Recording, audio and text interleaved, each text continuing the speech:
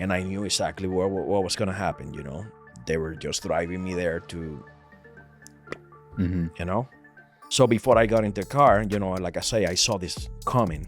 I grabbed a knife in the kitchen. The things I saw in Iraq, they don't even compare to the things I saw in the projects. Like, there were shootings every day. I would see people getting hit in the face in front of me with a machete. Like, they will be bleeding out, and I'll be in the corner like, this is not with me. I just need to finish my shit and go, And I was so up in the head at the time that I thought that was fine.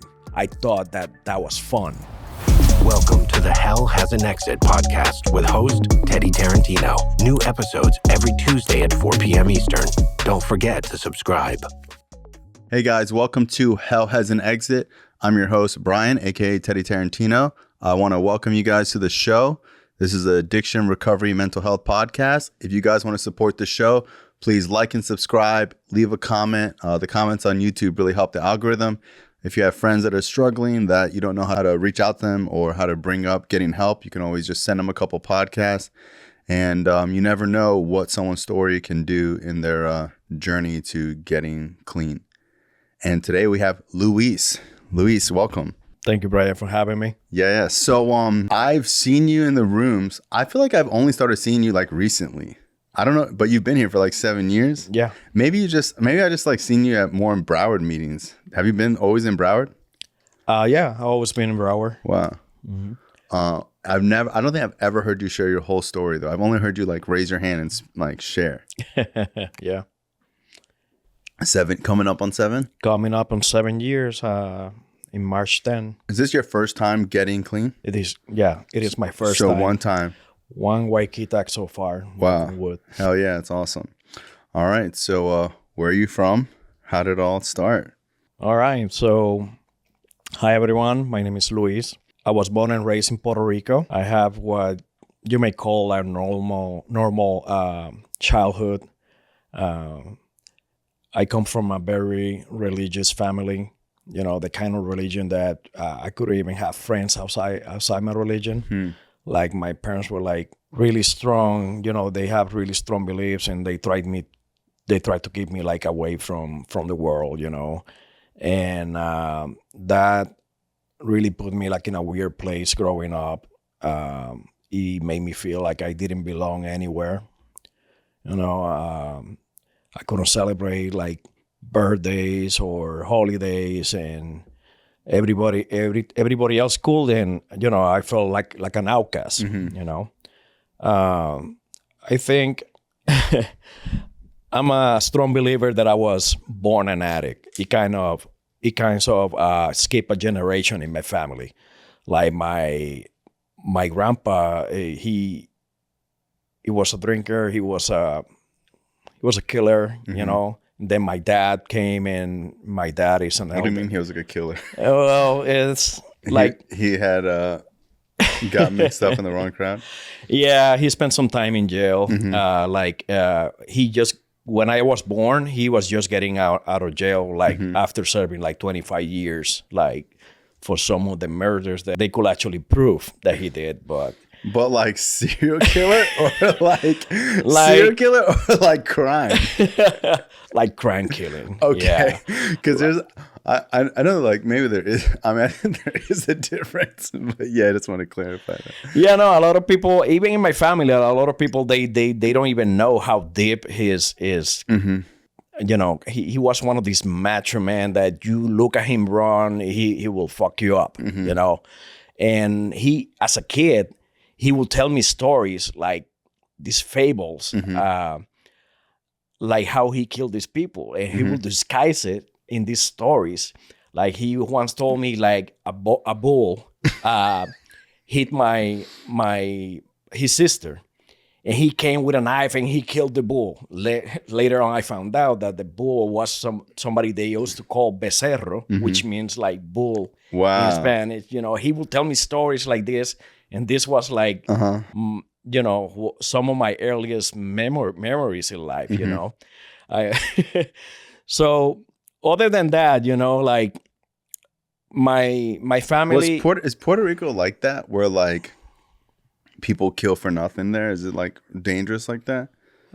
It depends. It depends where, it's like everywhere. There's some parts you like to avoid. Like you don't want to be hanging out with the projects if you don't know nobody there. I was born in the projects. 2 weeks later, my dad moved to the house where I grew up. So it is like that in the projects. Like the things I'm about to tell you, my experiences using and being in the projects, it might shock you coming from me. But before we get to that, like when I was growing up, I always, like I say, I always felt like I didn't belong, and I did everything I could to fit in. Like my first time using any drugs, or alcohol, was when I was 7 years old. I was in my uncle's wedding, and I come from a big Hispanic family. I have like 10 uncles and aunts in that wedding.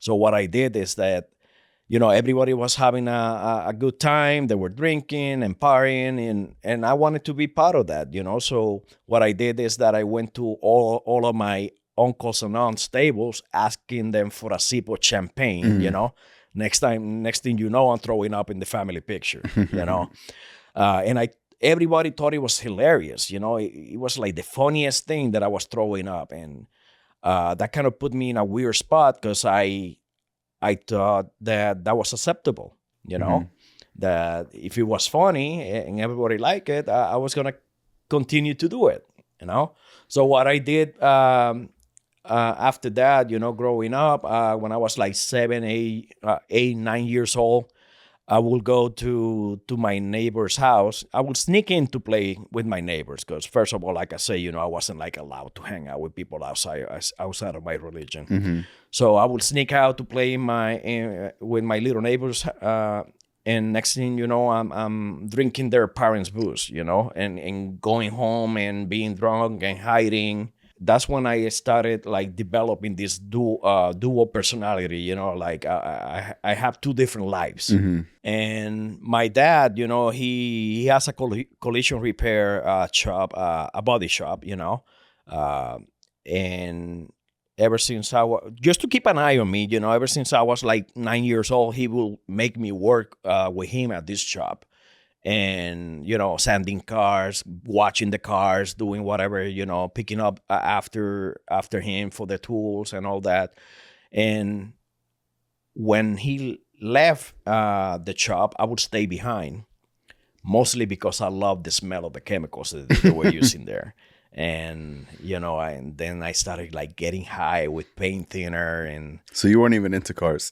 I wasn't, not back then. I was 9, man. I wasn't really into cars yet. I am now. But, like I say, I would stay behind. I will get high on paint thinner. I will get a rag and just sniff it and, get that feeling going. And one time my dad caught me, and he asked me, why would I do that? And I'm like, dude, it's like, I have so many problems, like in school, I'm getting bullied, and what kind of problems a 9-year-old could really have, Well, looking back, a lot, like I say, I was being bullied at school. I wasn't allowed to go out with my friends, hang out with my friends. My dad used to beat the crap out of me and my siblings, He really put a bad taste in my mouth about religion. Like, I started to think, if my dad can, be this violent, angry man, that will beat the crap out of us, Is that what being a man of God really means? If he meant that, I didn't want anything to do with it. Like, it really caused a resentment. I started having a resentment against religion and against God. So that's when I really started to rebel. Like, I didn't want anything to do with any authority, any religion, any God. And this, I'm only like 10 years old. I'm already thinking this way. One memory, something that I will never forget. about my dad, it was when um, I got into a fight with my brother, my younger brother. And you know how parents tell you, you can always come to me for anything, like, well, I did. I went to him and I told him, hey, my brother is starting shit with me. Can you please help me? And his reaction was to punch me in the face, break my nose, and tell me, you need to fight. Now go away. And when he saw that I was bleeding, he came back to me and told me, oh my God, you need to forgive me. Like God tells you, you need to forgive me. And then my resentment started growing bigger. After that, I have a normal teenager years, like I would get in trouble. I would smoke some weed here and then, like do a lot of stupid shit. But that's what was normal, in where I grew up. It wasn't until like I was like 16, 17 years old that I started hanging out with one of my cousins. My cousin, he's a punk rocker, and I saw the way he was hanging out with all his friends, playing in bands, going to like underground clubs to play and hang out, and that shit, look appealing to me. So I wanted what he had. So I started hanging out with him, and all his friends. We became close. So at some point they stopped hiding their drug use in front of me. Like they felt comfortable to just do whatever they wanted in front of me, but they would never let me be a part of it. Like, we can hang out, we can party, but we don't want you going down this road. So the only way I was going to experience that, if I went to get the drugs myself. That was my way of thinking. If I get the drugs, they won't be able to tell me anything, and then gonna have to share with me, and we'll have fun, and everything will be okay. So one day we had this quad house. It was an abandoned house. We made it decent, we would party over there every day. We would stay there some nights, like since I was 16, I was like in and out of my house already. So I would stay, I would crash there all the time. And it was fun, and one day I just showed up with all these drugs, and that's when my addiction really took off. Like it got so bad that at some point, when I was like 19, it was like the first time that I wanted to quit and I couldn't. Like I graduated from high school with decent grades, and somehow I end up in college at something that I never saw happen, but that didn't last long because like I say, my drug using. What drugs were you using at the time? Well, like I said before, I started with alcohol, then paint thinner, then weed, and then I escalated to coke, and then coke wasn't enough. I needed to start smoking it, so I was doing crack, freebase. I even tried heroin a couple of times. I just never liked it. Like I think I got lucky there. Like I will use heroin, sniff it, and I will go straight to being sick. Like I would start throwing nauseous, up. Like I got nauseous, throwing up. So I mean, like I say, I dodged a bullet there because I think if I really got into heroin, I wouldn't be here today. And like I say, like as I see it now, is that God had other plans with me. Like I say, I end up in college and I drop out, and for the first time, first time, second time, I don't know. Like I wanted to stop and I couldn't, and I started looking for a way out. Way out from hell. So I was like 20, and when 9/11 happened, and I remember exactly what I was, and how I felt. Like I was just waking up to this news of the World Trade Center, being,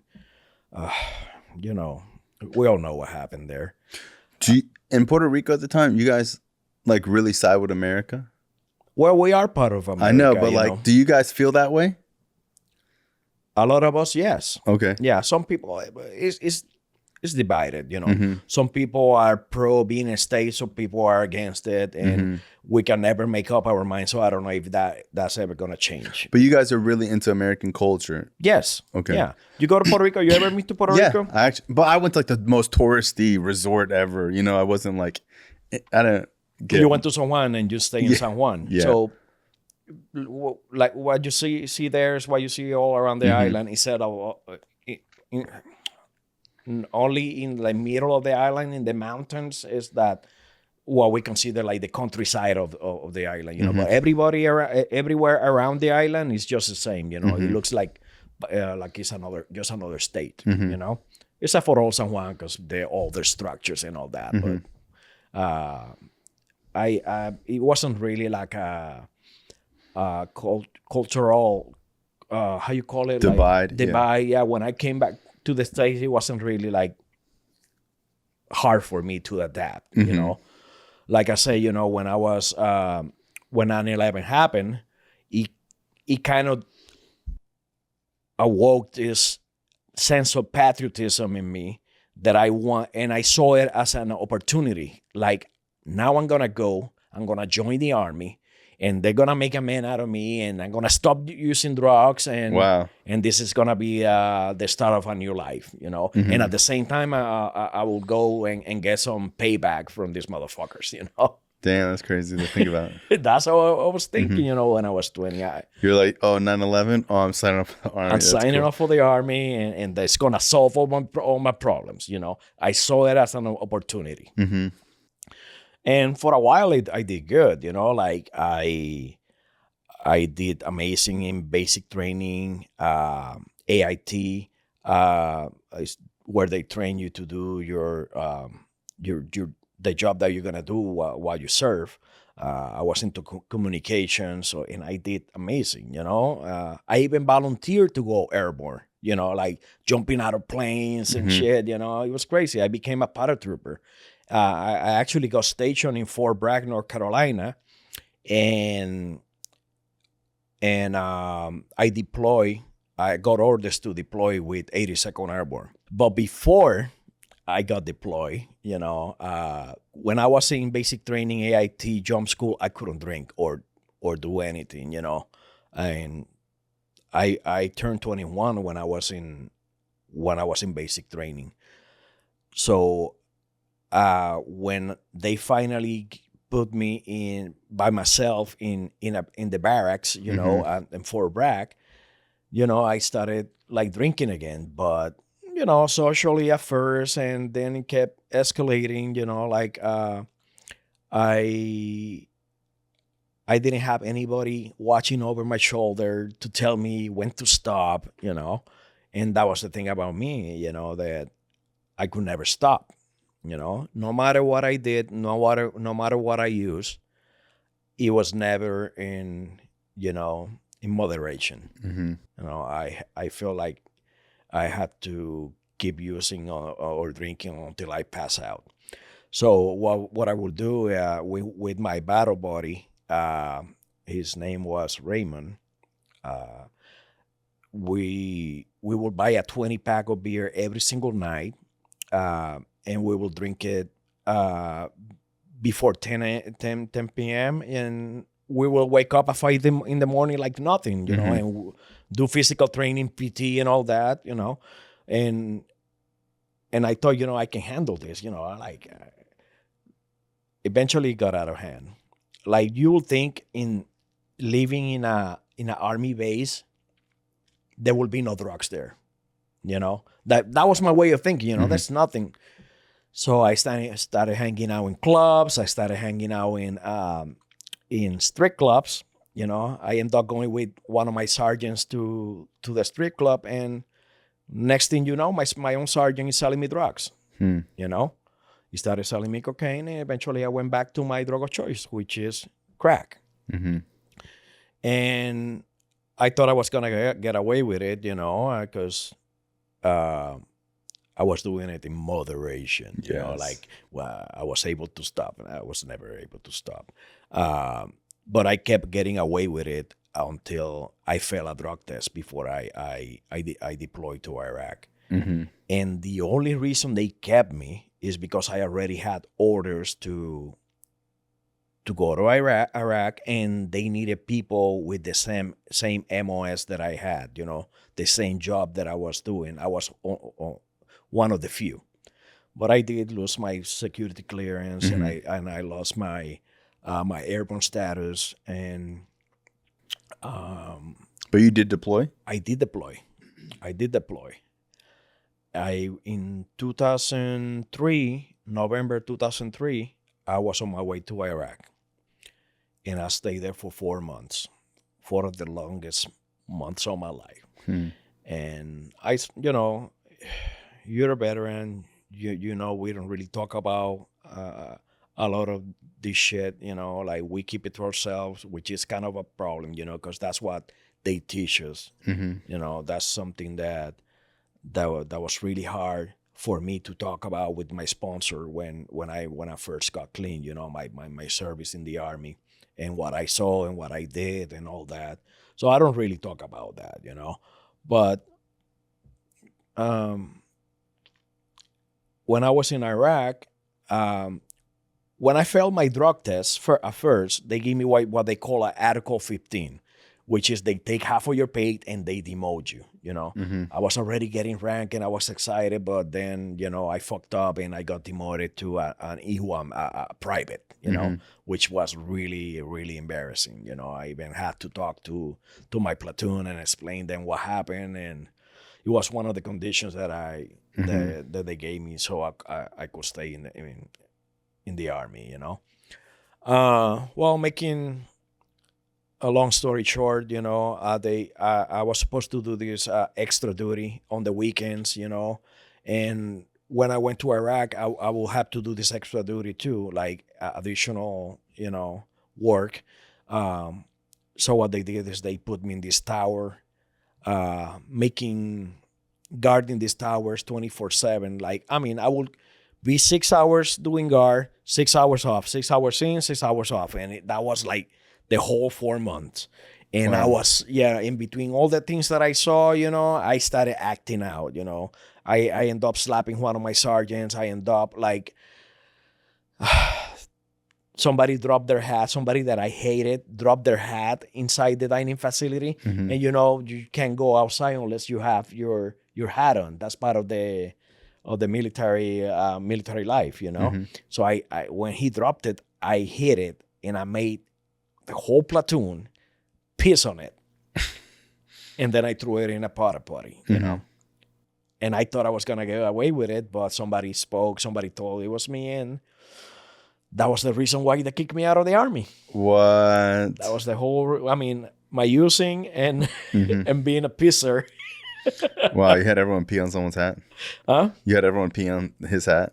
Yeah, That's crazy. yeah.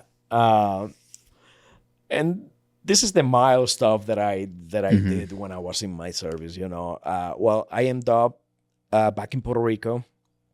Like what now? That was my whole plan. Join Mm-hmm. the Army, and then I'm gonna be, I wasn't gonna be able to do drugs again. As soon as I hit land in Puerto Rico, I started using again. Mm. And I ended up working tables, as a waiter. I did that for around 10 years. The first year, I was on my break. I was on break from my waiting job, and I saw this job fair, and I went to this job fair, and they offered me a job in Hawaii. Like that was like one of my wildest dreams. I always wanted to go to Hawaii, Mm-hmm. and I'm like, yes, another opportunity. I'm gonna be able to stop using drugs for good. Like I'm gonna be working in a cruise ship. I'm gonna be waiting tables in a cruise Mm-hmm. ship. Like there's no way I'm gonna have any time to use drugs. Mm-hmm. And then I forget, I'm taking myself with me. I forget that all these behaviors, as much as I like to hide them, they eventually come out. And I did good for 3 years when I was in Hawaii, but eventually I started, like drinking, like uh, excessively. I didn't use any hard drugs when I was there, but eventually I got into a fight. And after 3 years in Hawaii, they fired me and they flew me back to Puerto Rico. Now I'm like, once again, what now? What I'm going to do? Went back to my waiting tables job, and I was there for like 6 months when I met who I thought it was going to be the love of my life. I met this cashier, and she was amazing. After 6 months dating, I got her pregnant, and I'm like, wow, things are working out. Like, now I'm going to be a father. I gotta, I gotta put a roof under their heads. I gotta get me a better job. I saw it as an opportunity to stop using. Because this is the thing. Like, even though I was a crackhead, nobody will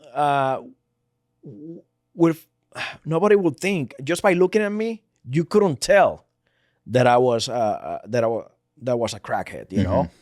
Like, I kept my addiction hidden for a long, long, long time.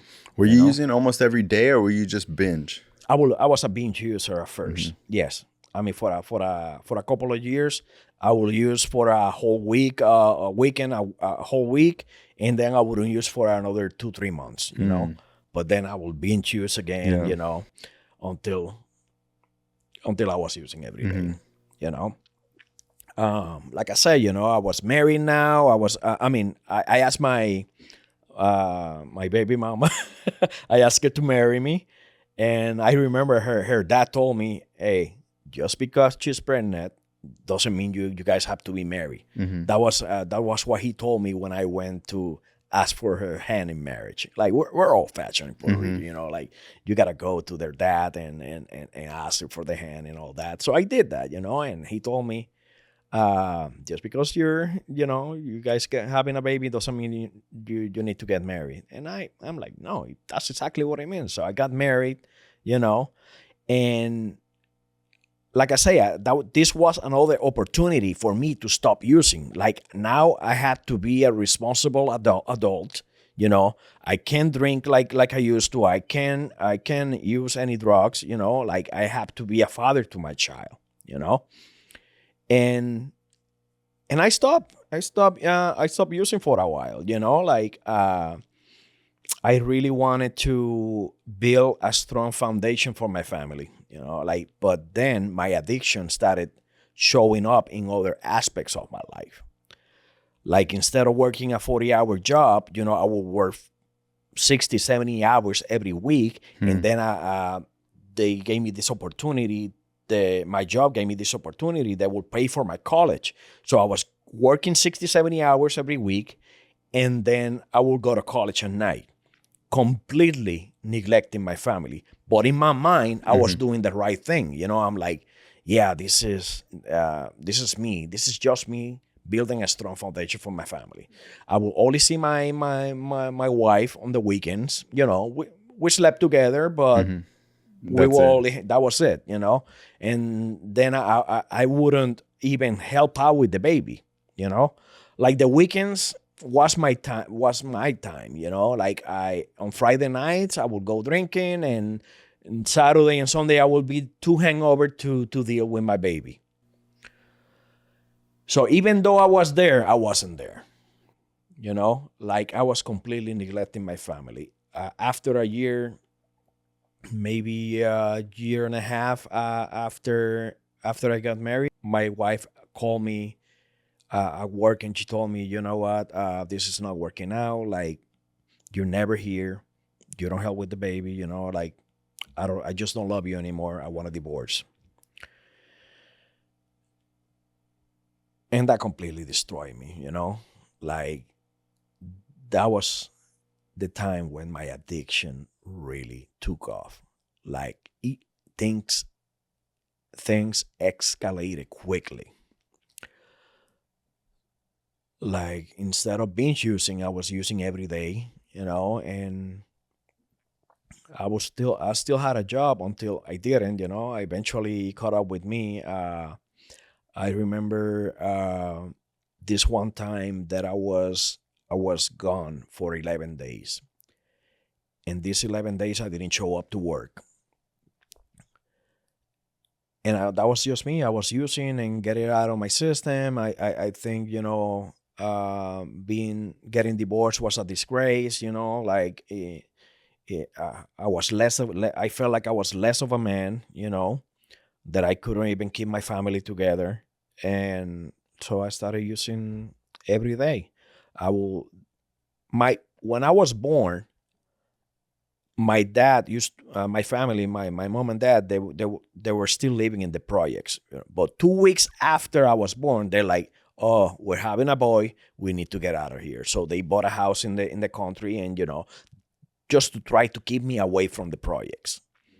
That's exactly where I end up, anyways. You know, that's where I will get my drugs. That's where I will hang out, and the things that I will see there. You know,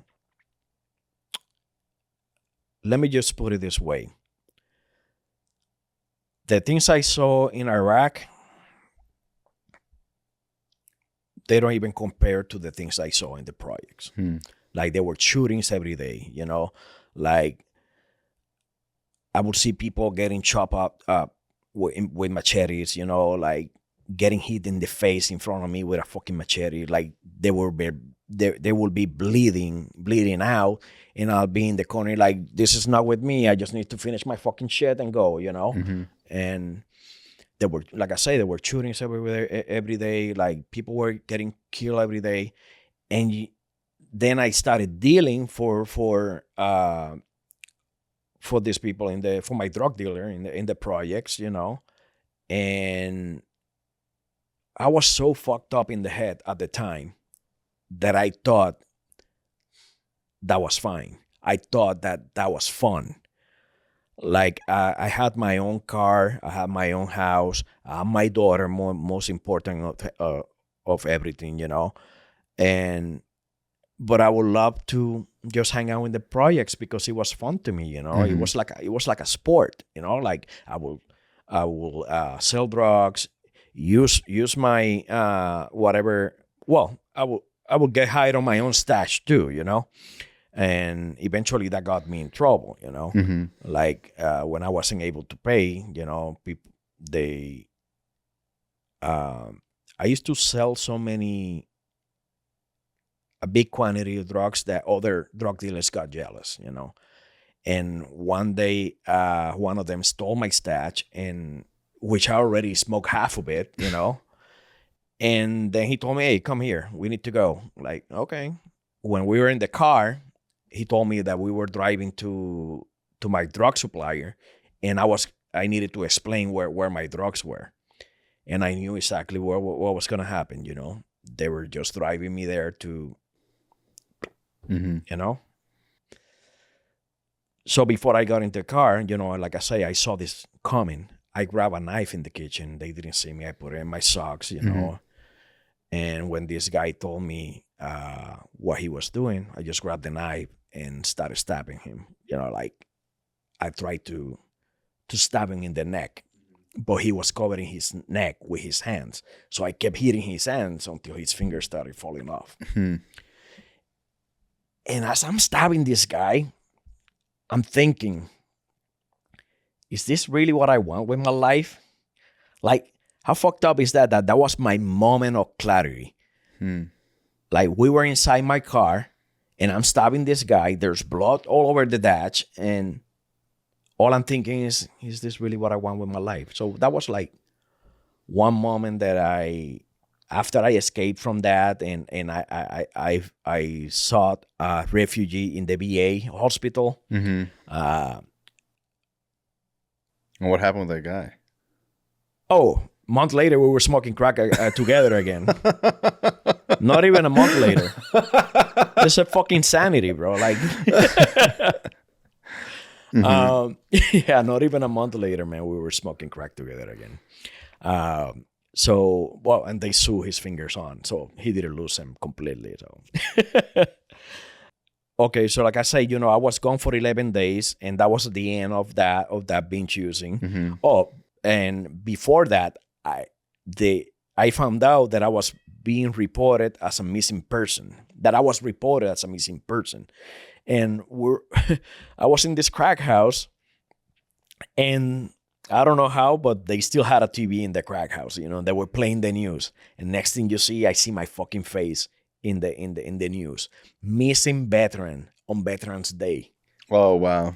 So that's when I I stopped. I couldn't even hide that I was using anymore. Like everybody knew that I was missing, and the only logical answer is that I was using drugs, And I did some other shady stuff. Yeah, you're not like a little kid that's lost. Yeah, it's not like I'm a little kid that is lost. I'm a grown ass fucking man in my 30s, And my brother is talking about in the news. He's talking about me, and I'm like, oh shit. And then right after that happened, that's when they drove me to try and kill me, But I got the jump on that one, so. I asked for help at the VA over and over and over again. After that, I will use for a little bit, and then I will end up at the VA hospital again. And at some point, it was like kind of enabling from them to keep taking me back. So they had, even them got sick of my shit, and they had to put a stop to it. Like, Luis, we can keep doing this. Like, you keep, every month you're here. And we basically see that is when you run out of money, when you have no more drugs, and you need to build up some stamina, and so you can go back and use again. And they got sick of my shit too. They told me it's either we take you to court, we get a court order to send you to a treatment center, or you go back voluntarily, And then at first they told me, hey, we're going to send you 90 days to Texas. And I'm like, fuck that. I'm not going to fucking Texas. And then they offered me to come to Florida. And I was like, oh, shit, that's not far. Florida sounds good, right? Right now. And I ended up coming to Florida, and I went to a treatment center. The VA hospital paid for 90 days for me to be there. Wow. Yeah, 90 fucking days, dude. Like, some of the longest day in my life, especially the first month, dude. Like, the first month was crazy. Like, I was so angry, and I was detoxing, like, people get the wrong idea because they think you can detox from like crack or cocaine, but the thing is that for me, crack wasn't enough, because I would smoke crack. I would start drinking first, Then I end up doing snoring coke, and then I will end up, smoking it. And then I would take some benzos that were prescribed to me, and then I will smoke again, Like, it was like a vicious cycle, And, well, it was obviously a vicious cycle. So when I went to treatment, I was detoxing from all of this shit. And I was talking to my grand sponsor today. Shout out to you. I'm not going to say your name, though. I was talking to my grand sponsor because originally my clean day was February 20th. But as I kept growing in and getting knowledge from a 12-step program, I realized that couldn't be my clean day anymore, because in February 20th, that's when I stopped using everything, like the crack, the cocaine, the benzos, the alcohol.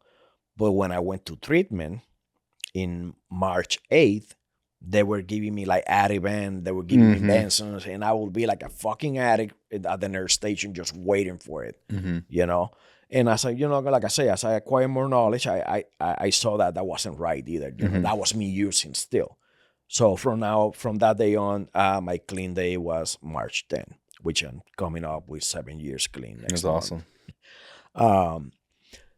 So if you ask my sponsor how he met me, he will tell you I was just this angry little guy with a fucking hoodie on in the corner of the room when they brought the 12-step meetings to my treatment center, and I was just fucking angry and mad at the world. I didn't want nothing to do with anyone. And like I say, were you really punk rock at this point?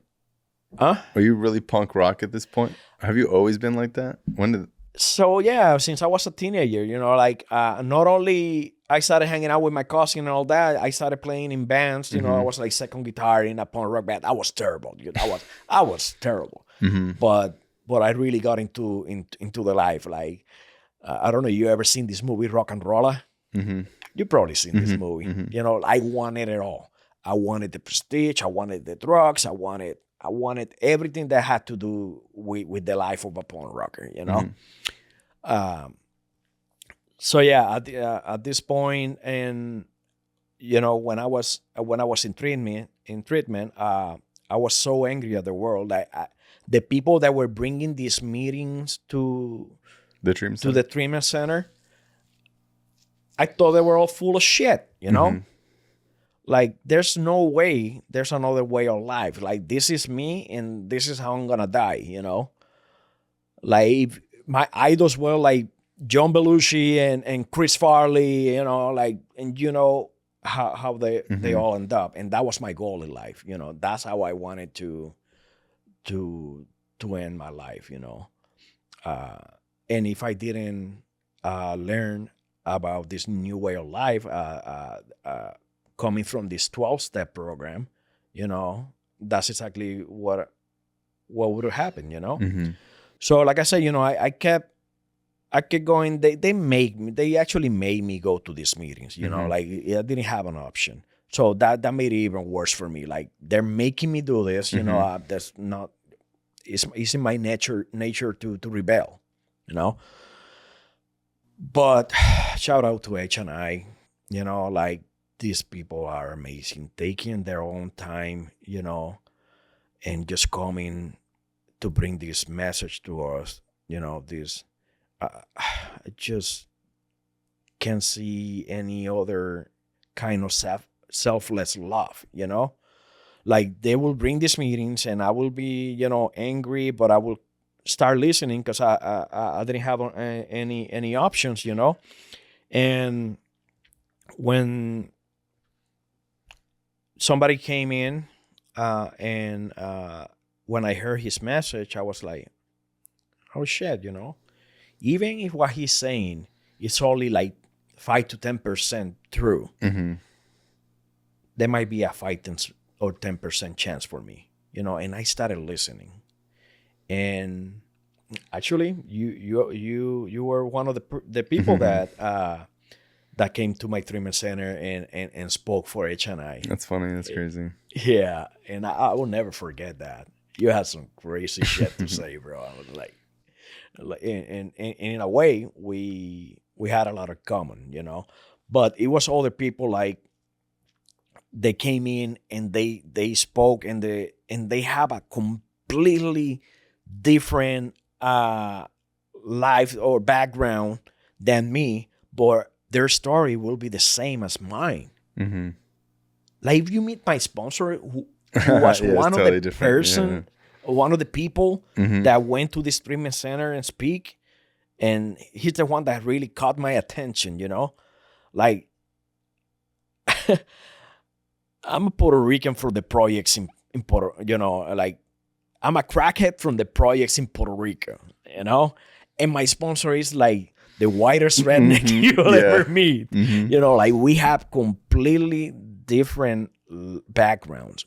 But when he shared what he shared, and I felt, like I related to his story. And not only that, I wanted what he had. Like, a lot of people came speaking about the job they had, the car they had, the house they had, like all this shit, all this material shit.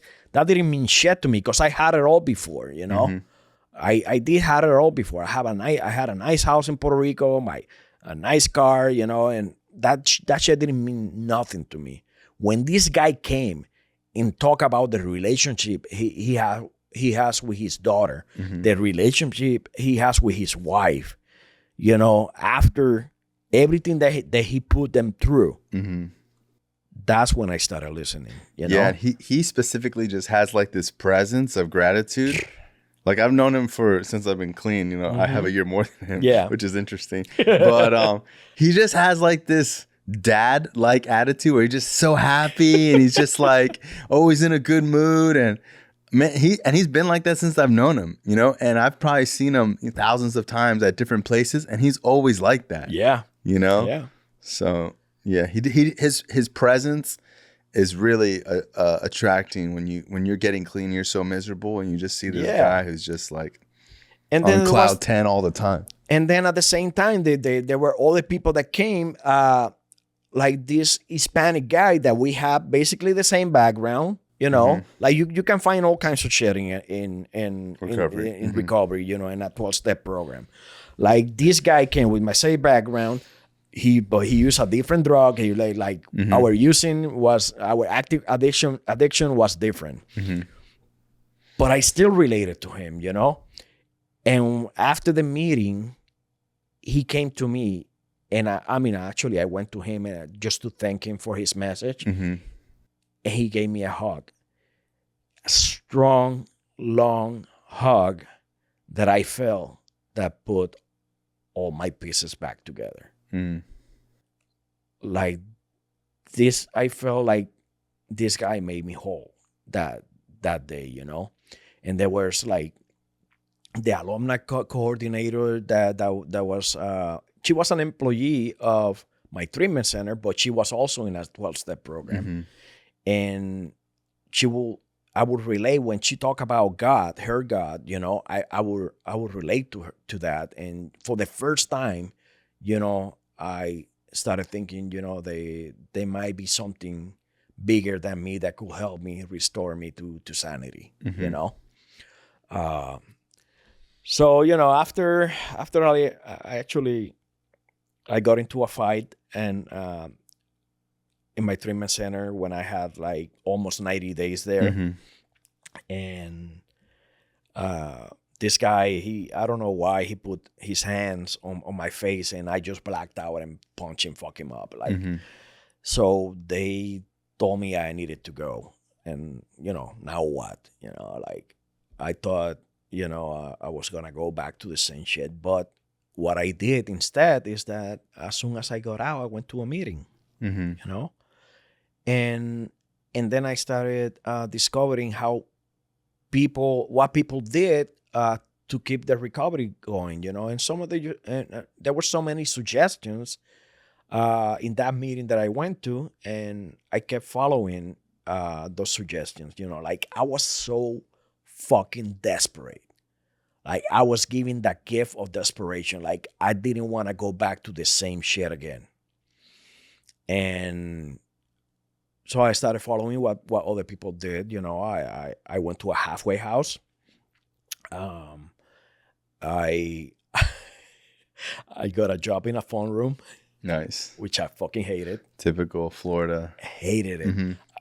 Honestly, I lasted a week because I was so good at it that when I found out that I was doing what I was doing and it was a scam, and I sold this 80-year-old Hispanic woman this badass fucking health plan. Health plan. You know, I felt so guilty that I have to leave. I'm not talking about everyone. Some people are legit, you know, but a lot of them are scams. Yeah.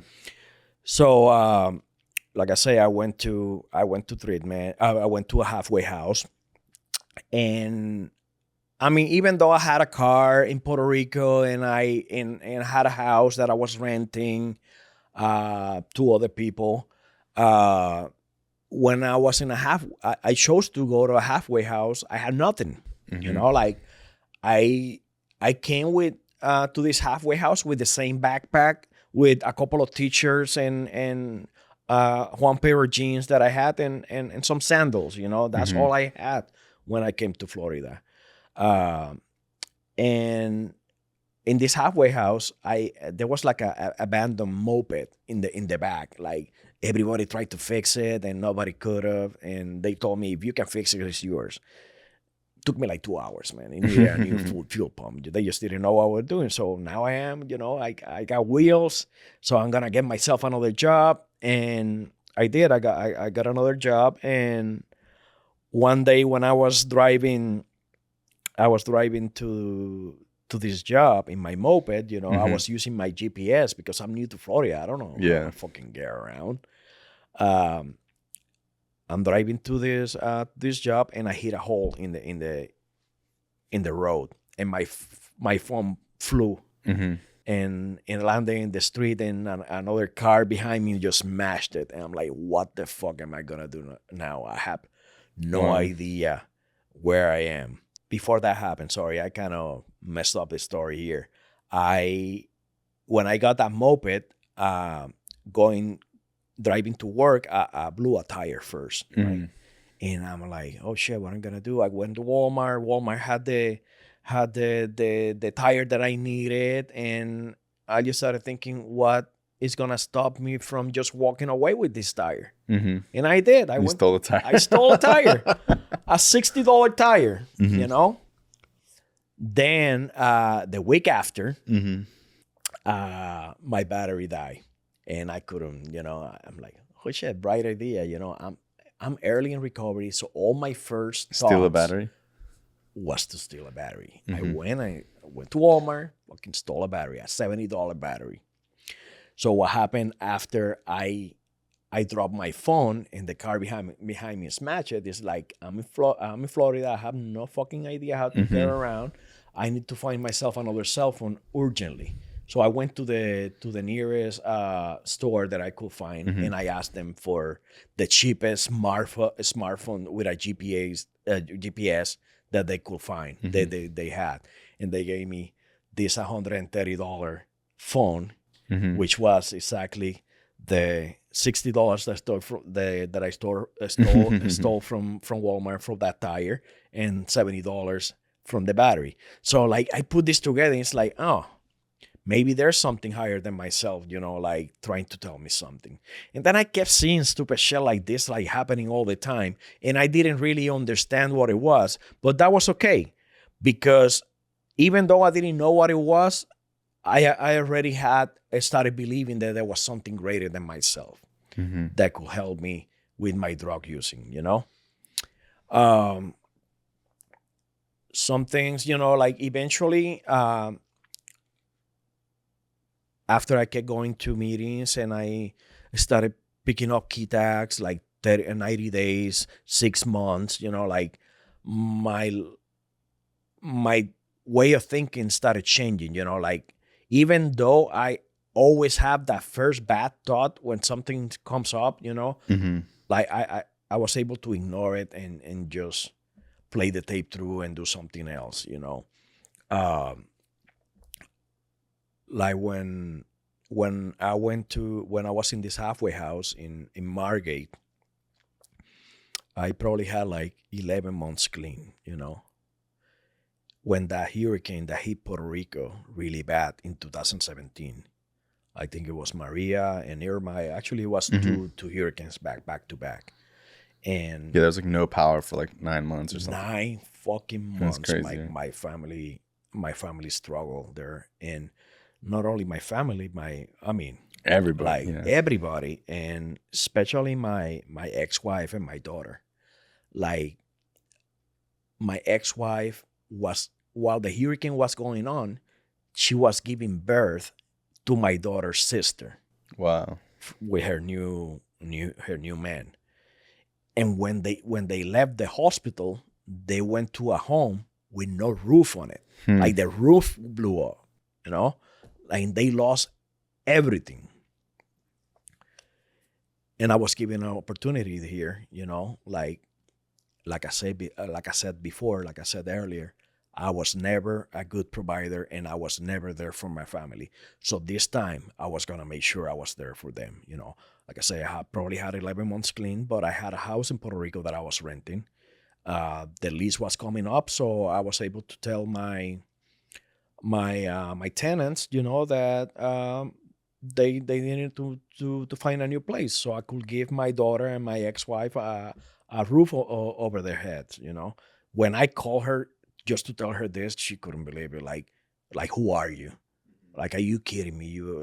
She literally told me, you caught me with my pants down. Like, I don't know what to tell you right now. I'm so grateful. Like, even though I wasn't living in Puerto Rico with them, they could already feel my recovery there, you know?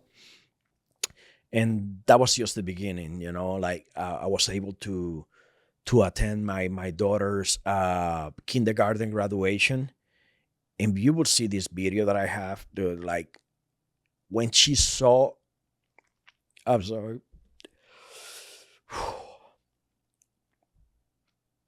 It's all right. When she saw her daddy approach the stage when she was graduating, you know, she just jumped out of the stage and started crying in my arms, you know. My sponsor told me, I've been telling my sponsor, you know, like, I'm not able to cry. And he told me that one day it's gonna catch you by surprise. And I think that's just what happened here. Wow. Like, my daughter is like the most important thing in my life. Just to see her, just that reaction or seeing her dad being there for her for the first time, you know, it was priceless. And that gave me the motivation just to. How long were you clean? That was actually before I gave them the house. So I probably had like 6 months clean. Yeah. When I first went to Puerto Rico after being in treatment. Like, my daughter is like, okay, people say when you get clean, you got to do it for yourself first, you know? But what is my daughter not than an extension of myself, you know? Like, she's like one of the biggest, like, my rock bottom wasn't necessarily financial. You know, like I said, I have my house, my car, I didn't have a job because I kept using, but I still have all these things that I was about to lose. But my rock bottom was when I was begging my drug dealer to give me more. And he was just laughing in my face because I started crying. And I started crying because I forgot to pick up my daughter that day. That was my rock bottom, you know. Like, honestly, at first, my motives were to get clean for my daughter, and help a lot, you know. Like, how did it feel using and forgetting to pick up your daughter? That was just devastating, bro. Like, and I was so fucked up that I just, even though I had this realization that I forgot to pick up my daughter and I was a piece of shit, I just wanted to use even more to hide those feelings again, you know? Like, a lot of people use different kinds of drugs, you know? Some people are, it's downers, some uppers, like, there's so many different kinds of drugs, but there's one thing that bring us together in when you work a 12-step program. And it's the feelings that you had behind, you know, that the feelings that you left behind that you were trying to hide by using. Like, that's the thing we have in common. Like, the drug using is only a symptom, you know. The real disease is, you know, it's deception, you know. Like, you want to hide how you really feel. The disease of addiction is so insidious that it's really hard to see it coming, you know? So that was like 6 months clean. How did your relationship with your daughter and your family like continue to grow after the years? When I was using and I was like I say, I was the missing veteran and all that, and I came back home, my ex-wife didn't want anything to do with me. She didn't want me to see my daughter or talk to her.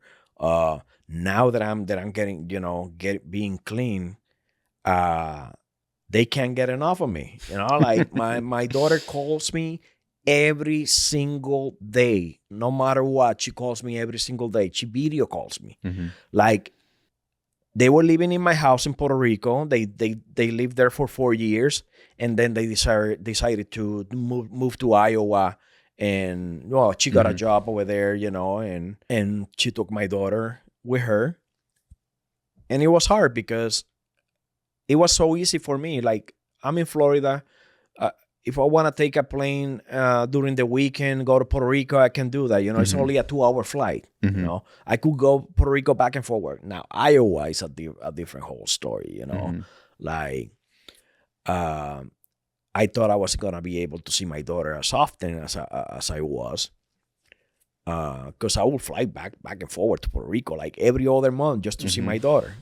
Now, I get to fly her here for a whole month in the summer, and 2 weeks in Christmas, and sometimes even spring break. I'm able to, like, her mom, my daughter's mom, even though things didn't work the way I wanted them to work, they didn't work out between us, but we still have a daughter and we have to take care of her. And we have this amazing relationship, like, being parents of this daughter. Like, our communication is amazing, So she made sure, that I have a relationship with my daughter. What about like your work life? What did you start doing for work? When I had 1 year, I started working in a treatment center.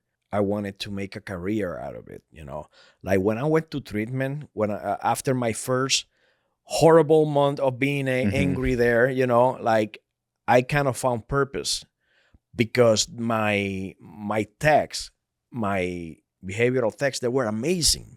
And they would, they did so much for me. Not everywhere is like that, but I had a really good experience, with them. And actually, one of them is my mentor. She's my mentor.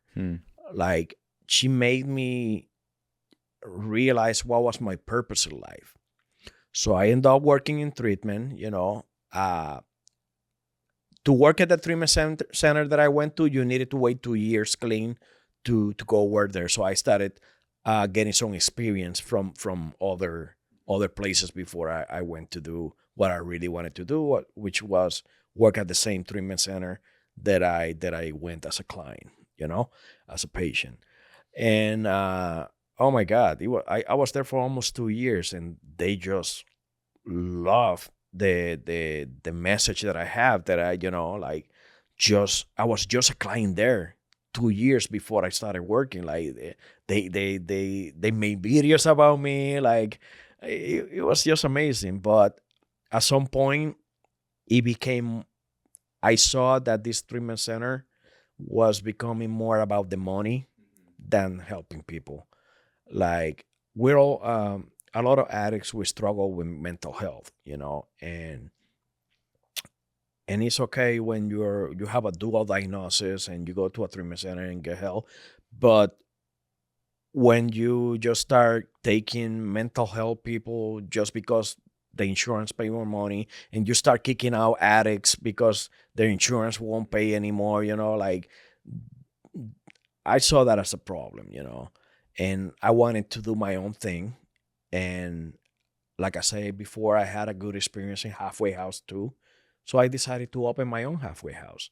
So I started saving all of my money until I had enough to rent one house, one 5-bedroom house, and open my first halfway house. And I only had 2 years when I did this, 3 months. It went so well, like 3 months later, I got to open another one.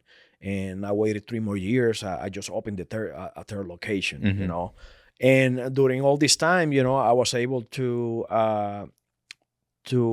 get some help from the VA, and eventually they gave me some rating for disability at the VA, because I have a bad back because jumping out of planes and shit. I have a bad knee.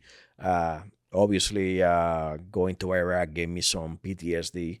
So they were able to help me. And like I say, I started saving all this money, and I opened my own place. And now I have 28 people under my roof that I help, And one thing about me is that I like to micromanage, man, and it's becoming a problem because my business keep growing and micromanaging, like it's causing me a lot of stress.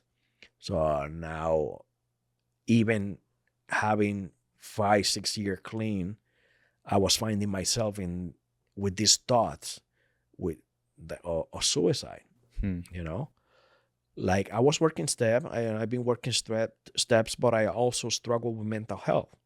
And that's a big part of my story, Like I get flashbacks from the war. I get flashbacks from my using, Like I think I have two kinds of PTSD, one from my using and one from my service. And like getting help, like talking to how you call it, a psychology, Psychiatrist? Psychiatrist is the one that a therapist. Talking to a therapist, and then asking for help. It was something that I wasn't big into until I came to recovery and this 12-step program. So even with 5-6 years clean, sometimes I wanted to kill myself, and I end up going to the VA and telling them, I need help. Like for the last 2 weeks, all I've been thinking is about killing myself. So they locked me up. They locked me up for a couple of weeks, and when I came out, I felt a lot better. Like what I'm trying to say with this is that no matter what you're struggling with, you can always ask for help. It doesn't necessarily have to be from your 12-step program. You can also look for outside help. And even if you just want to get the perspective from somebody in your 12-step program, of your choosing, you can always ask your sponsor or get somebody. If your sponsor can help you with that, like my sponsor, he doesn't have mental health problems, but he knows people who does. Yeah, he could point you in the right direction. He can point me in the right direction, and that's the beauty of this program.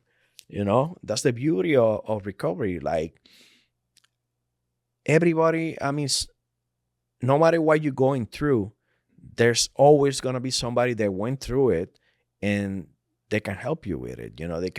They can tell you how to get out of it, What's some advice you would give to somebody who is struggling to get clean now? Like what's some things that you learned like your first year that you would tell somebody? Okay. First of all, don't try to be a hero. Like in the 12-step program that I work, the third tradition states that the only requirement for membership is the desire to stop using. That means to me, this is my favorite tradition. That means to me that no matter how much I want you to stop using, until you want to stop using, there's nothing I can do. Like they can force you. Like I used to blame my parents for the way they raised me. I used to blame my wife for divorcing me. I used to blame the army for my service. But it wasn't until I stopped and take responsibility for my own actions, and until I wanted to stop, I started to see things falling in place. Like my advice is, if you're desperate, just reach out and ask for help. Like there's nothing wrong with asking for help. Hey, I want to thank you for coming on the show. I love you very much. Thank you for telling your story, and I appreciate you. Thank you. Thank you for having me. Luis, thank you.